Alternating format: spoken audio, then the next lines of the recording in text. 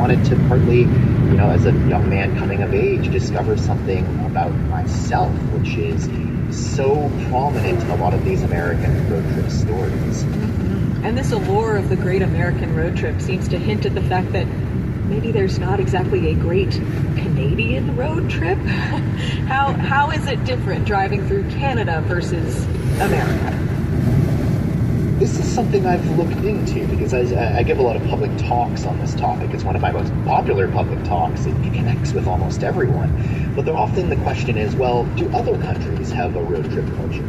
So I've looked into other similar countries that have a similar car culture, similar geography.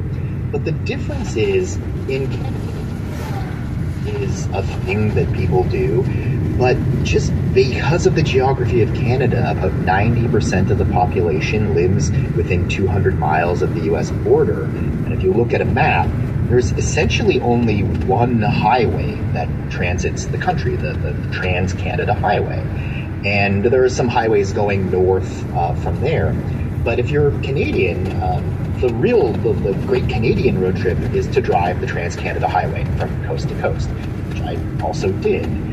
But it's different. You get basically one route. A lot of it, especially once you get into the cities, is through wilderness, which is beautiful in its own way, but it's very different than the multitude of highways you can take to get different cultural experiences across the U.S.